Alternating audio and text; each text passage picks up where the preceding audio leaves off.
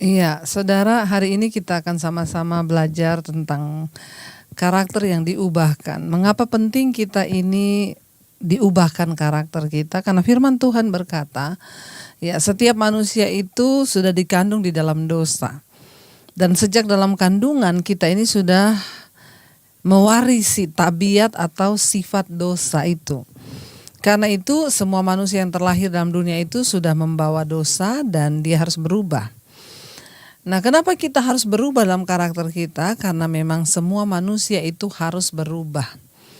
Ya, harus dilahirkan kembali. Makanya Yesus berkata kepada Nikodemus, ya, tidak ada seorang pun yang akan bisa melihat kerajaan sorga kalau dia tidak dilahirkan kembali oleh firman. Ini berbicara tentang sebuah perubahan hidup, sebuah perubahan sikap atau karakter, dilahirkan kembali, ya, lewat firman Tuhan.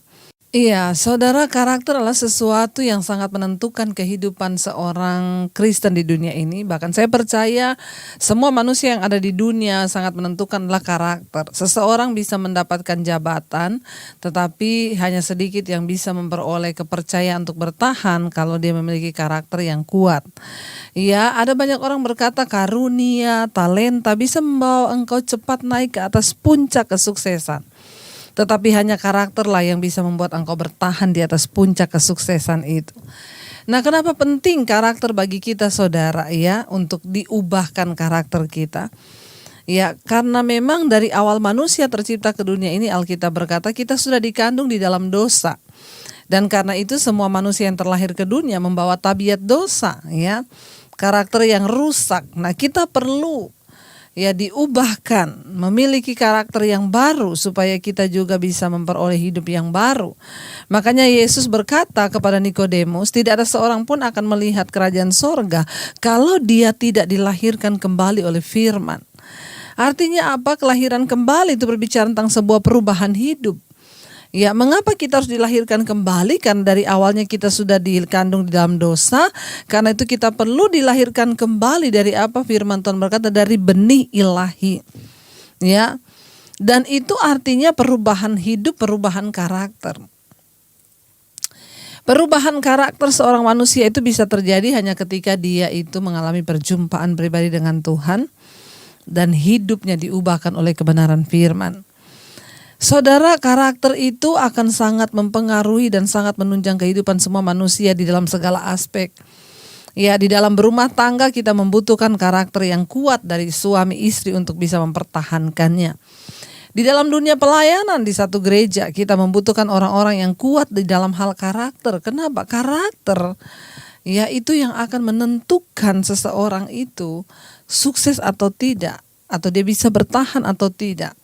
Di dalam dunia pekerjaan pun orang-orang mencari orang-orang yang memiliki karakter yang kuat. Makanya, ya, kenapa dikatakan engkau bisa cepat naik ke puncak sukses karena karunia dan talentamu.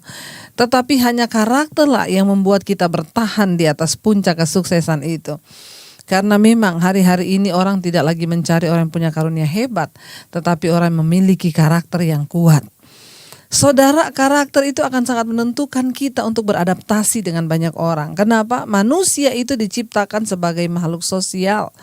Dan pasti kita akan bersosialisasi dengan orang lain karena manusia tidak bisa hidup sendiri. Makanya dikatakan kita ini makhluk sosial. Artinya apa? Kita beradaptasi dengan banyak orang. Ya, dan karakterlah yang sangat menentukan sebuah hubungan yang kita bangun. Ya, mengapa ada banyak hubungan yang rusak? Karena ada begitu banyak orang-orang yang tidak memiliki karakter yang kuat di dalam Tuhan. Nah, hari ini kita akan sama-sama belajar bagaimana caranya kita memiliki karakter yang kuat agar pelayanan kita, rumah tangga kita, bahkan kehidupan pribadi kita bisa terus bertahan. Ya, cara satu-satunya adalah memiliki karakter yang diubahkan dalam Tuhan. Roma pasal 12 ayat yang kedua, ini ayat yang sering kali kita baca, berkata begini, saudara. Janganlah kamu menjadi serupa dengan dunia ini, tetapi berubahlah oleh pembaharuan budimu, sehingga kamu dapat membedakan mana kehendak Allah, apa yang baik, yang berkenan kepada Allah dan yang sempurna. Janganlah kamu menjadi serupa dengan dunia ini. Artinya apa? Dengan kata lain, berubahlah, kata firman Tuhan. Jangan menjadi sama. Ya saudara, untuk berubah itu apakah mudah? Susah, luar biasa. Contoh aja, kita semua tiba-tiba memasuki sebuah fase yang tiba-tiba dunia digoncang dengan adanya virus corona. Ya, ketika virus corona datang melanda, maka terjadi perubahan. Orang siap atau tidak, orang mau atau tidak, orang setuju atau tidak, kita harus berubah. Ya, bahkan semua orang tanpa persiapan, ya. Terjadi sebuah perubahan. Ya, goncangan yang hebat karena virus, lalu semua aspek kehidupan manusia berubah secara tiba-tiba. Ya, tanpa ada pemberitahuan, tanpa ada persiapan.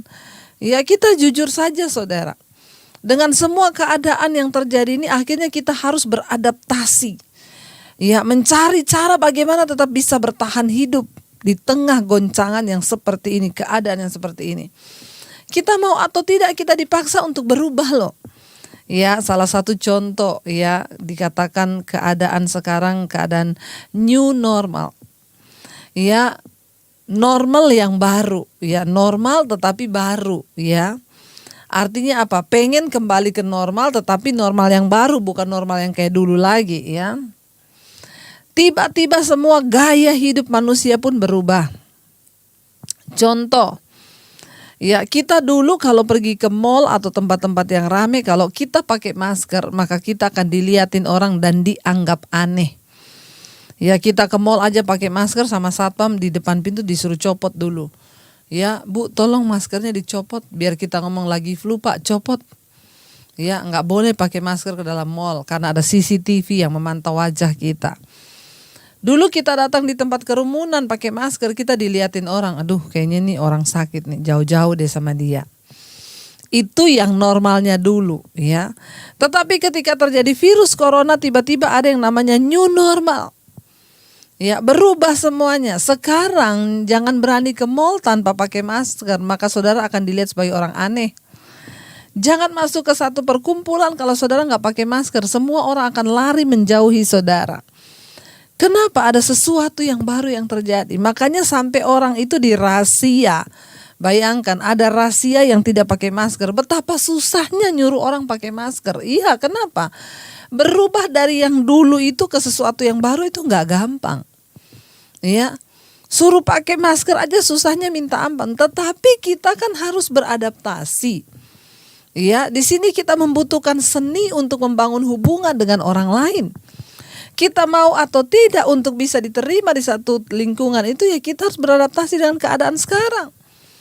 Ya, coba saudara berani ke kantor nggak pakai masker sekarang, ya akan diusir saudara. Ya, artinya apa saudara? Ya, kita semua dituntut untuk berubah. Ya, janganlah kamu menjadi serupa dengan dunia ini. Kita ada di dunia kata Tuhan, tapi kamu bukan dari dunia.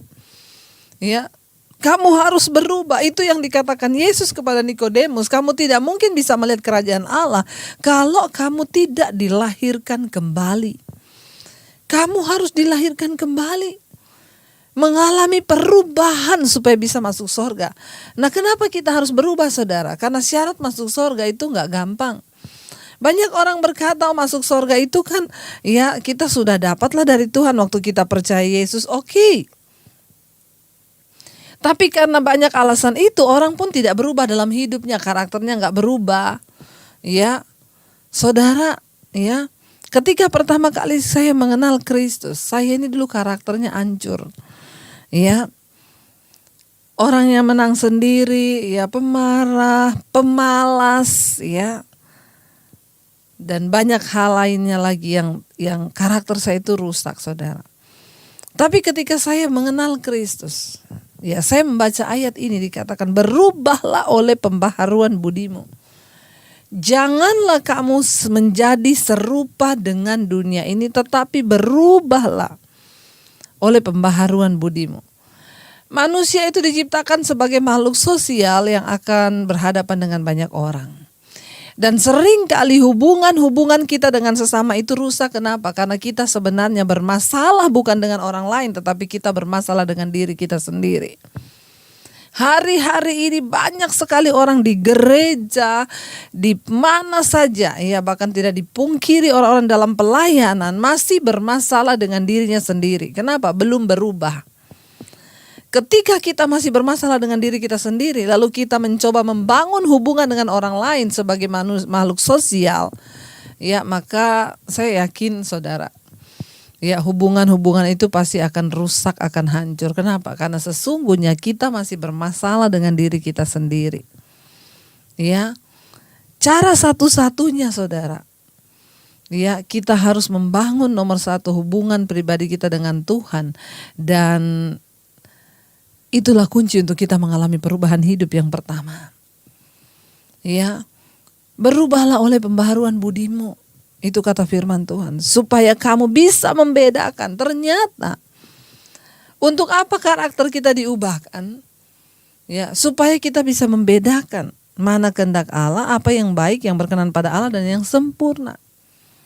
Ya, ketika kita membangun hubungan dengan orang lain, ya, kita dalam hidup ini bersosialisasi, maka setiap hari kita diperhadapkan dengan pilihan, keputusan yang harus kita ambil dan kita buat, yang bersangkutan juga dengan orang lain. Ketika kita sudah berubah, karakter kita sudah diubahkan oleh firman Tuhan, maka dengan mudah kita bisa ya mengetahui mana kehendak Allah, apa yang baik, yang berkenan kepada Allah, dan yang sempurna.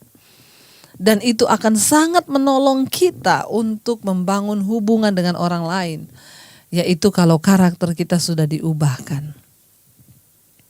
Kita semua harus berubah saudara.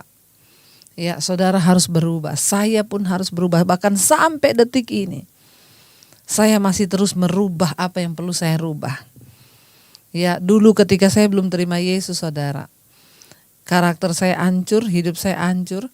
Makanya ketika pertama kali saya terima Yesus, waktu saya mengaku di depan orang tua saya, nomor satu yang disampaikan papi saya kepada saya adalah apa? Dia bilang begini, oh ternyata ini toh ya penyebabnya, makanya akhir-akhir ini papi lihat kamu jadi aneh. Ya, kenapa dia berkata saya jadi aneh? Karena terjadi perubahan dalam hidup saya.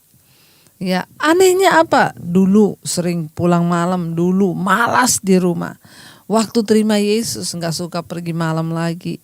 Waktu terima Yesus enggak malas lagi, jadi rajin. Iya, kenapa? Ada perubahan hidup. Orang harus melihat perubahan hidupmu saudara. Ya, waktu engkau menyatakan dirimu engkau sebagai seorang Kristen, maka orang harus melihat perubahan hidupmu. Siapa orang itu? Orang di sekeliling kita dulu. Ya, yang setiap hari kita membangun hubungan. Ya, dengan siapa?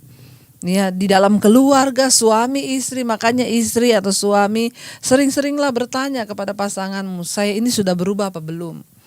Apa yang harus saya rubah lagi? Ya, jangan sibuk menuntut orang lain untuk berubah, tapi kita sendiri nggak pernah berubah. Kenapa terjadi banyak kekacauan dalam setiap hubungan, dari rumah tangga dimulai sampai ke gereja, sampai ke hubungan yang besar? Karena orang cuma sibuk menuntut orang lain berubah, tapi dia nggak pernah mau berubah. Seorang ibu bersaksi kepada saya, rumah tangganya hampir hancur. Kenapa? Setiap hari dia menuntut suaminya untuk berubah. Ya, kamu itu nggak begini loh, kamu itu harusnya begini, kamu itu harusnya begini. Apa yang terjadi? Suaminya naik darah, dia juga naik darah. Terjadi pertengkaran. Karena suaminya merasa, ya memang saya seperti ini, kenapa kamu tuntut saya begini-begini. Tapi ibu itu berkata kepada saya, Bu, saya bersyukur menemukan khotbah ibu. Satu kali saya mendengarkan ibu berkata, jangan tuntut orang lain untuk berubah, tapi engkau dulu yang harus berubah. Ya, kita tidak akan pernah bisa mengubah keadaan di sekeliling kita. Kita tidak akan pernah bisa mengubah orang lain, tapi kabar baiknya kita bisa merubah diri kita sendiri. Kita bisa mengubah cara kita berespon terhadap setiap keadaan. Ya, lalu dia berkata akhirnya, Bu, ya saya berhenti menuntut suami saya berubah. Saya menuntut diri saya sendiri untuk berubah. Dan ketika saya terus mengalami perubahan, saya melihat apa, Bu? Suami juga makin berubah. Sekarang suami itu makin tanggung jawab. Dia sering bantu saya di rumah. Hubungan kami dipulihkan. Tidak ada pertikaian lagi. Iya, kalau semua orang sibuk berusaha mengubah diri masing-masing, ya maka kita nggak punya banyak waktu untuk berdebat dan bertengkar. Ya. Lalu mungkin saudara bertanya, bagaimana saya bisa mengubah karakter saya agar hubungan saya pulih, saudara ya? Kenapa hubungan itu rusak dengan sesama? Ya, di dalam seni kita membangun hubungan dengan orang lain karena manusia diciptakan sebagai makhluk sosial. Ya, kita harus mengalami perubahan. Kenapa rusak hubungan demi hubungan dalam rumah tangga, dalam gereja? Ya, karena orang bermasalah dengan dirinya sendiri. Kita nggak mungkin bisa menjadi dampak bagi orang lain kalau diri kita sendiri masih bermasalah. Bagaimana caranya? Mungkin Anda bertanya untuk kita bisa mengalami perubahan, Bu. 2 Timotius pasal yang ketiga, ayat yang ke-16 berkata begini. Segala tulisan yang diilhamkan Allah memang bermanfaat untuk mengajar, untuk menyatakan kesalahan, untuk memperbaiki kelakuan, dan untuk mendidik orang dalam kebenaran. Ayat 17. Dengan demikian tiap-tiap manusia kepunyaan Allah diperlengkapi untuk setiap perbuatan baik. Ya saudara, ingat Tuhan menciptakan kita ya sebagai makhluk sosial yang saling berhubungan satu dengan yang lainnya. Tetapi Tuhan juga memperlengkapi kita untuk kita ini bisa berdampak baik bagi banyak orang. Caranya bagaimana untuk bisa berubah? Di sini dikatakan segala tulisan yang diilhamkan Allah memang bermanfaat untuk mengajar yang pertama. Ya, kita itu perlu mendengar ajaran yang benar. Ya, kenapa orang karakternya rusak? Karena dari kecil mungkin dia tidak pernah mendengar pengajaran yang benar. Sangat sedikit sekali orang tua yang mengajarkan firman kepada anak-anaknya. Apalagi hari-hari ini saudara, orang tua cuma sibuk mencekokin anaknya dengan les matematika, bahasa Inggris, bahasa Mandarin, les ini, les itu. Tapi sangat sedikit orang tua yang setiap hari lesin anaknya dengan firman Tuhan. Mengajarkan sesuatu yang baik. Ingat, segala tulisan yang diilhamkan Allah, apa itu? Firman Tuhan adalah tulisan yang diilhamkan Allah. Lewat hamba-hambanya, lewat murid-muridnya, lewat rasul-rasulnya. Firman Tuhan yang kita baca ini adalah firman yang diilhamkan Allah. Ya, mari orang tua, tanggung jawab kita pertama kali mengajarkan kepada anak-anak kita tentang firman Tuhan. Supaya dari kecil mereka sudah mendengar dan firman itu yang akan membentuk karakter mereka. Segala tulisan yang diilhamkan Allah bermanfaat untuk yang pertama, mengajar. Firman Tuhan mengajar kita tentang bagaimana karakter yang benar. Firman Tuhan mengajar kita untuk bisa bertindak, melakukan segala sesuatu yang sesuai kehendak Tuhan. Yang kedua, firman Tuhan itu berguna untuk apa? Menyatakan kesalahan. Bagaimana orang bisa berubah karakternya kalau dia nggak pernah tahu kesalahannya itu apa? Ya, kita baru akan bisa berubah ketika kita tahu kita salah. Masalahnya kenapa orang nggak berubah-berubah? Karena dia merasa dia benar terus dan dia tidak pernah merasa salah. Bagaimana seorang bisa disembuhkan waktu dia merasa bahwa dia sakit? Ya, kenapa banyak orang mati mendadak? Karena dia nggak merasa dia sakit. Ya, mungkin dia tahan sekalipun siksa, dia tahan aja sakit itu. Dia nggak pernah cerita, dia nggak pernah ngaku. Ya, makanya kita sering kali mendengar tiba-tiba ada orang meninggal. Ya, aduh, ya kok dia tiba-tiba meninggal? Istrinya bilang dia tuh sebenarnya udah lama sakit, tapi dia tahan, dia nggak mau ke dokter, dia nggak mau ini, dia nggak mau. Saudara, bagaimana orang bisa mengalami perubahan? Yang pertama, ngaku dulu bahwa kita ini salah. Ya. Dari mana kita tahu kita salah? Alkitab berkata firman Tuhan itu gunanya adalah untuk apa? Selain mengajar, firman Tuhan itu menyatakan kesalahan. Makanya kalau saudara dengar firman, dengar pendeta khotbah, kalau kesalahan saudara disinggung, jangan tersinggung tetapi bertobat. Karena memang firman Tuhan itu gunanya untuk menyatakan kesalahan. Bersyukur kalau dengar pendeta ngomong bertobatlah. Jangan gini, itu pendeta apa sih? Suruh-suruh saya bertobat, suruh-suruh saya bertobat. Tapi coba kalau saudara merenung gini, iya. Apa yang harus saya bertobat dalam hidup saya ini? Oh, saya ini masih tukang marah. Ampuni aku Tuhan. Oh, saya ini bersinah. Ampuni aku Tuhan. Ya. Kalau orang gak pernah merasa salah, dia tidak akan pernah mungkin berubah. Ya, jadi hari ini saudara, kenali dirimu. Makanya saya terus bilang selalu, orang tuh banyak yang masih bermasalah dengan dirinya sendiri, lalu sudah masuk dalam pelayanan, dirinya aja belum beres, sudah melayani orang lain. Apa yang terjadi? Kacau semua, berantakan, babak belur. Ya. Jadi sadarilah kalau kita tuh salah. Ya, untuk bisa memperbaiki karakter kita dan untuk bisa memperbaiki hubungan kita dengan orang lain, ya kita nih harus merasa bahwa kita nih salah. Ya, waktu kita merasa kita salah, ketika orang merasa dia sakit, baru dia bisa ke dokter, bisa berobat, bisa sembuh. Tapi kalau nggak pernah merasa sakit, ya tunggu aja, nanti langsung mati. Kita nggak mau binasa, saudara. Sadarilah bahwa kita itu salah. Hanya orang yang merasa sakit yang bisa disembuhkan. Hanya orang yang merasa salah yang membutuhkan pertobatan untuk berubah. Kalau nggak pernah merasa salah, ya percuma mau dengar firman tiap hari pun nggak ada guna. Orang dia nggak merasa salah, dia merasa udah benar. Ya, saya pernah menegur orang saudara yang tidak berubah-berubah. Saya bilang kamu itu berubah. Jawabannya apa? Apa yang harus saya rubah lagi? Yang mana yang harus saya rubah? Aduh, kita bicara sama orang kayak begini percuma saudara, orang ngomongnya aja. Apalagi yang harus saya rubah? Saya aja sampai detik ini saudara kalau berdoa sama Tuhan, saya bilang Tuhan ubah aku. Apa yang belum berkenan kepadamu Tuhan yang masih aku lakukan, ubah aku. Lalu saya introspeksi diri, saya coba cek apa yang belum berkenan. Kan seharusnya begitu saudara, supaya hidup berubah. Tapi kalau gak pernah merasa salah, ya sudah, hubungannya pasti rusak dengan semua orang. Yang berikutnya, firman Tuhan itu untuk apa gunanya?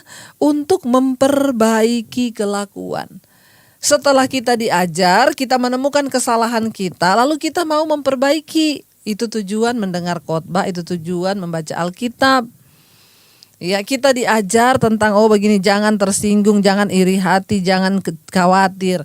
Waktu kita dengar pengajaran itu, kita merasa aduh aku ini masih suka tersinggungan, aduh aku ini masih suka marah, aku ini masih suka khawatir. Lalu kita berkata, Tuhan aku mau berubah. Dikatakan di sini memperbaiki kelakuan. Ya, kenapa orang pergi ke dokter? Untuk memperbaiki tubuhnya yang rusak. Kenapa kita datang pada Tuhan membaca Alkitab? Untuk memperbaiki karakter kita yang rusak. Lalu untuk apa? Untuk mendidik orang di dalam kebenaran, untuk memperbaiki kelakuan. Ya, kelakuan kita ini harus diperbaiki. Ya, jangan bertahan dengan kelakuanmu terus dan merasa tidak salah. Wah, ini repot saudara, udah salah merasa nggak salah, bertahan terus. Bagaimana bisa jadi berkat? Ya, lalu untuk mendidik orang dalam kebenaran. Kan goal dari kekristenan itu apa? Waktu kita melakukan kebenaran, hidup kita berkenan pada Tuhan. Karena bukan orang yang berseru padaku Tuhan, Tuhan akan masuk dalam kerajaan surga, tetapi mereka yang melakukan kehendak Bapa. Ketika kita melakukan kehendak Bapa, hidup kita berubah. Amin saudara, berubah. Karena melakukan kehendak Bapa. Ayat 17 berkata ini goalnya, dengan demikian tiap-tiap manusia kepunyaan Allah diperlengkapi untuk setiap perbuatan baik. Kelakuan kita berubah, karakter kita berubah, hidup kita menjadi berkat bagi banyak orang. Tiap-tiap manusia, ini berbicara tentang hubungan yang kita bangun dengan sesama. Setiap manusia, kepunyaan Allah diperlengkapi untuk setiap perbuatan baik. Kalau semuanya berubah dan diperlengkapi untuk setiap pekerjaan baik, wow, bukankah luar biasa rumah tangga kita? Luar biasa pernikahan kita, suami diperlengkapi untuk perbuatan baik, istri diperlengkapi untuk setiap perbuatan baik, anak-anak diperlengkapi untuk setiap perbuatan baik, hidup ini berdampak. Mari saudara, kita terus menjadikan hidup kita berdampak dengan kita mau diubahkan. Saya berdoa supaya kita semua menyadari hari-hari ini bahwa kita perlu berubah. agar Tuhan bisa mengubahkan karakter kita. Mari kita renungkan firman ini. Terima kasih Bapa. Ubah kami Tuhan. Bawa kami berkenan di mata Tuhan. Jadikan kami pelaku-pelaku firman-Mu. Nyatakan kesalahan kami. Perbaiki kelakuan kami. Supaya kami mengalami perubahan dalam hidup kami. Ini hidup kami Tuhan. Ubah setiap kami menjadi seperti Engkau. Karena itulah goal dari tujuan kami beriman kepadamu, agar hidup kami menjadi sempurna, semakin sempurna, disempurnakan seperti Engkau. Ubah hatiku seputih hati-Mu, setulus salib-Mu, kasih-Mu